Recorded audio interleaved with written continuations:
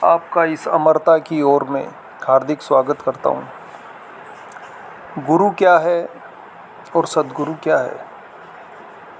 गुरु कैसे मिलते हैं और सद्गुरु कैसे मिलते हैं? गुरु केवल हमें रास्ता बता देते हैं। गुरु के पास हमें स्वयं जाना पड़ता है गुरु बनाने के लिए, और सद्गुरु स्वयं हमारे पास चलकर आते हैं और हमारा हाथ पकड़कर मंजिल कर पहुंचाकर ही दम लेते हैं। गुरु के बताए हुए रास्ते में हम सब भटक जाते हैं, क्योंकि प्रभु की माया हमें उस मंजिल तक पहुंचने ही नहीं देती है।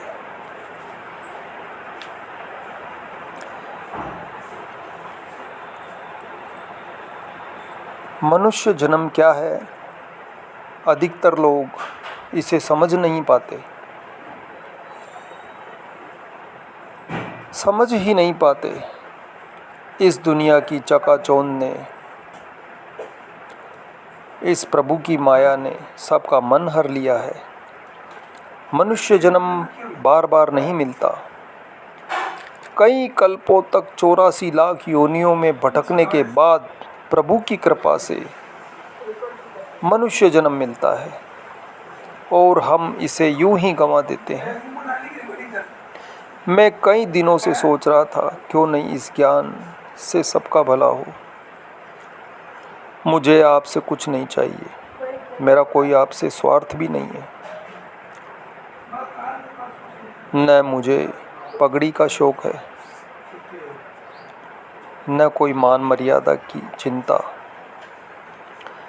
शायद इसमें भी ऊपर वाले की ही मर्जी है। कई दिनों से सोच रहा था कि इस ज्ञान को सब में बांटूं, ये सबको मिले, सबका भला हो, सबका कल्याण हो।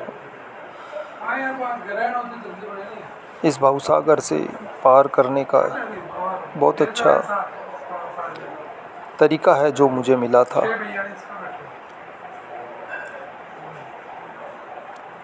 एक दिन प्रभु को बैठे बैठे मौज आई, परमपिता को मौज आई कि मेरे जैसे ही बहुत हो जाए। तो उसके अंश ही हम आत्मा रूप में आए, परंतु माया के वशीभूत होकर इस तन मन को अपना मान बैठे। मनुष्य जन्म का मुख्य लक्ष्य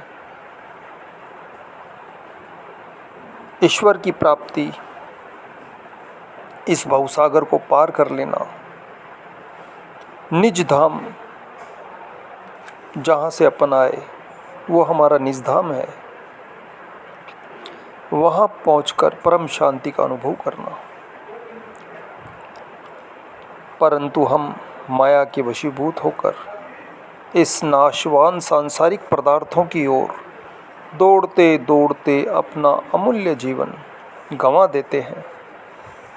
इसलिए आप यह स्मरण करते रहे, मैं परमपिता की अंश रूपी आत्मा हूँ। मैं परमपिता की अंश रूपी, उसी में से निकली हुई उनका अंश हूँ। मैं आत्मा हूँ, मैं तन मन नहीं हूँ, मैं केवल आत्मा हूँ। फिर भी प्रभु मुझे दर्शन क्यों नहीं दे रहे? मैं तन मन नहीं हूँ, ये मन ये तन मेरा नहीं है। जन्म जन्म से भटक रहे हैं, न जाने अनगिनत अपने कितने ही जन्म हो चुके हैं, कई योनियों में। इसलिए इस बात को बार बार दोहराते रहें और उसकी याद में उसे निहारते रहें। प्रभु अभी है, यही है, पर दिखाई क्यों नहीं देते? मन में तड़प, लगन, उसके प्रति प्यार, ये जगाना जरूरी है। और कुछ भी नहीं मांगे, अगर प्रभु आपको दर्शन दे देवें, दर्शन देंगे, जरूर देंगे, आना ही पड़ेगा उन्हें दर्शन के लिए। बस आपके अंदर तड़प होनी चाहिए प्रभु के लिए, सिर्फ प्रभु के दर्शन के लिए, कि मैं उसका अंश हूँ, मैं प्रभु का अंश हूँ। प्रभु दर्शन दो, प्रभु दर्शन दो। और 5 मिनट के लिए आप शुरू करें दोनों भ्रुकुटियों के बीच में, जहाँ अपन टीका लगाते हैं, बिंदी लगाते हैं, उस स्थान पर ध्यान करना शुरू करें।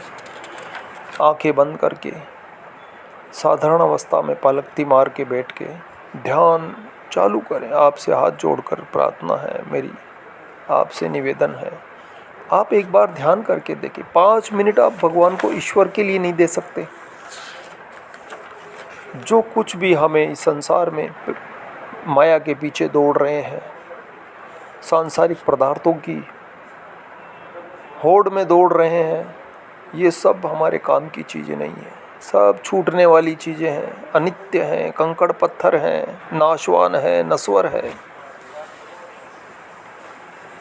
कुछ साथ जाने वाला नहीं है। आप प्रभु के दर्शन कर लो, सारे काम अपने आप होते रहेंगे। घर गृहस्थी में रहते हुए, अपने फर्ज कर्तव्य निभाते हुए,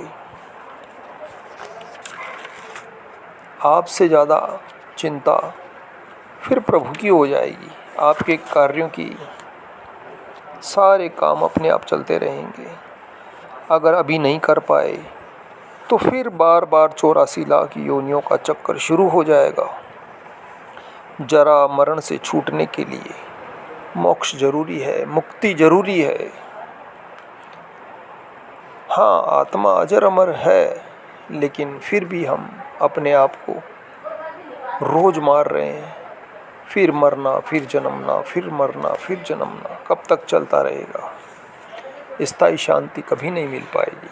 एक बार दर्शन कर लो, दर्शन एक ही बार होगा, बार बार नहीं होगा।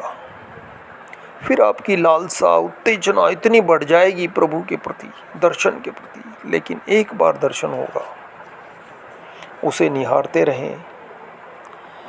फिर आपके पारिवारिक जिम्मेदारी भी निभाते रहें। हमें अपने कर्तव्यों की जिम्मेदारी से भागना नहीं है। परिवार में रहते हुए हमें इस दुख रूपी भवसागर को पार कर हम सब प्राणी को उसमें समाहित हो जाना है। हम सब उसके अंश हैं। प्यार के बदले प्यार। आप उसे याद करोगे तो वो भी आपको याद जरूर करेगा। बुरे विचार नहीं करें। नेगेटिव सोच आए तो काटें, दबा ले। अगर आपसे नहीं हो रहा हो तो परमात्मा से कहें, प्रभु ये क्यों हो रहा है? आप संभालो, आप ही संभालो, मेरे बस की बात नहीं है। मेरे बुरे विचारों को मिटाओ, ऐसी प्रार्थना कर दें। मन में उठे संकल्पों को रोको, इच्छाओं को रोको। एक ही इच्छा रखो, सिर्फ दर्शन की। अगर इस जन्म में दर्शन न कर पाए तो बहुत पछताना पड़ेगा, बहुत पछताना पड़ेगा। प्रत्येक प्राणी से हमारा कोई न कोई रिश्ता रह चुका है, बस हमें याद नहीं है। और प्रत्येक आत्मा का परमात्मा से कनेक्शन जुड़ा हुआ है। माया एक खूबसूरत नागिन है। कंचन, कामिनी, यश, प्रतिष्ठा, धन दौलत हमारे किसी काम की नहीं है। प्रत्येक आत्मा का मुक्ति के बाद भी अपना अलग वजूद, अलग अस्तित्व रहता है। जीवन में दुख आए तो समझो, दुख हमें मालिक के नज़दीक करने में मदद करता है। घबराओ मत, घबराओ नहीं। गुरु पूर्व जन्म के ही काम देते रहेंगे।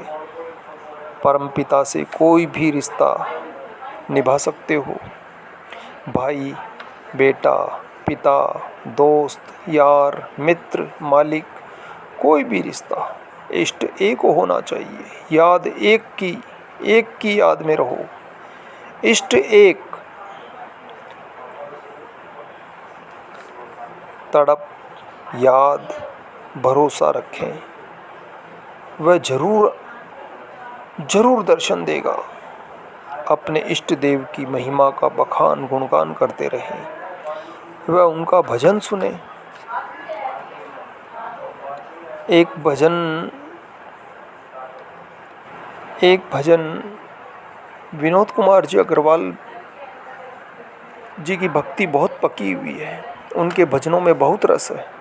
हो सके तो उनका भजन सुने और सोते समय ऐसा विचार करके सोएं, ऐसे भाव रख के सोएं कि मैं अपने इष्ट देव की गोद में सर रखकर सो रहा हूँ, मैं अपने मालिक की गोद में सर रखकर सो रहा हूँ। इससे प्रेम बढ़ेगा।